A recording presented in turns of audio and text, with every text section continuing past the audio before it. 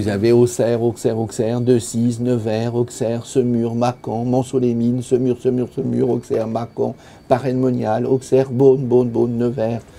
Parmi les avancées technologiques de ces dernières années, la télémédecine permet de répondre aux besoins grandissants du manque de médecins en zone rurale. La démographie médicale étant de plus en plus faible à la campagne, ce procédé permet d'apporter des soins de qualité au plus grand nombre. La télémédecine, eh bien, c'est une solution pour permettre à un médecin spécialiste, par exemple, de donner un avis à un médecin généraliste, voire même à terme peut-être à des médecins généralistes de donner des avis à distance à des personnes qui sont dans situation où il n'y a pas un médecin à proximité d'elles. Exemple au CHU de Dijon, au service neurochirurgie.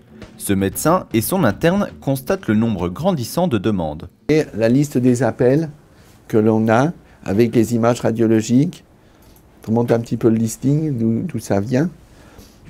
Et je disais qu'on en a 1500 par an. Combien ça représente qu'on va prendre ici dans le service? Peut-être un tiers des appels. Un tiers des appels. Un tiers des appels, on va leur dire il faut le faire venir parce que ça a besoin d'un traitement neurochirurgical. Tous les internes qui reçoivent en premier les appels et qui gèrent ça jour et nuit, ils sont 3. Donc vous voyez, ça leur fait du boulot. C'est toujours des urgences. Tout ça, c'est des urgences. C'est tout des urgences. Tout des urgences. C'est que les patients qui passent par les urgences des hôpitaux périphériques. C'est tout des urgences. Et ensuite, le plus souvent, ils nous en réfèrent. Et puis, celui qui est de garde, on va jeter un coup d'œil sur les images. Puis on va dire, ouais, ça, il faut le faire venir. Non, ça, ils peuvent le garder là-bas. C'est une espèce de triage. Tout ça, c'est des urgences. Hein.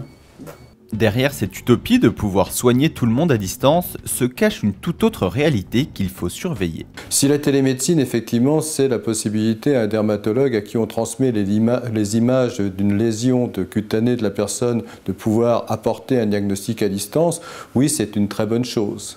Si la télémédecine, c'est permettre à un radiologue très spécialisé de donner un conseil à un autre radiologue moins spécialisé, eh bien oui, c'est une très bonne chose. C'est aussi une très bonne chose si c'est un spécialiste de l'anatomopathologie, c'est-à-dire celui qui regarde les tumeurs au microscope, de pouvoir donner un avis à un chirurgien qui est confronté brusquement à une tumeur dans un endroit où il n'y a pas d'anatomopathologiste à proximité, oui, c'est extraordinaire.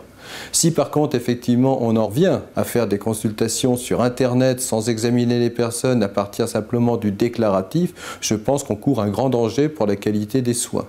Il serait faux, effectivement, de penser, du moins de mon point de vue, que ce genre de consultation par Internet, sans rien avoir examiné la personne, serait une meilleure solution pour finalement combler l'absence de médecin local. C'est une porte extrêmement dangereuse que l'on est peut-être en train d'ouvrir.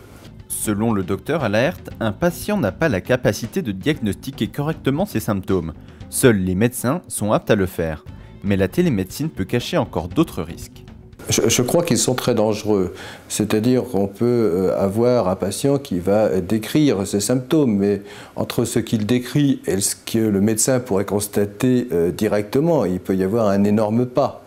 Je crois également qu'on est aussi peut-être en train d'ouvrir une porte à des abus extraordinaires.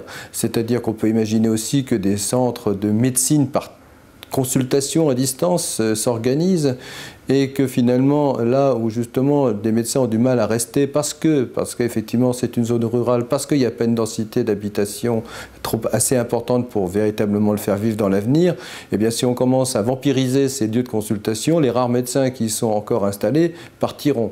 Donc on a un double risque, à la fois d'une dégradation de la qualité de la médecine, mais également d'une, je dirais, désertification plus grande encore des derniers médecins qui trouveront là, à ce moment-là, plus de lieux pour exercer.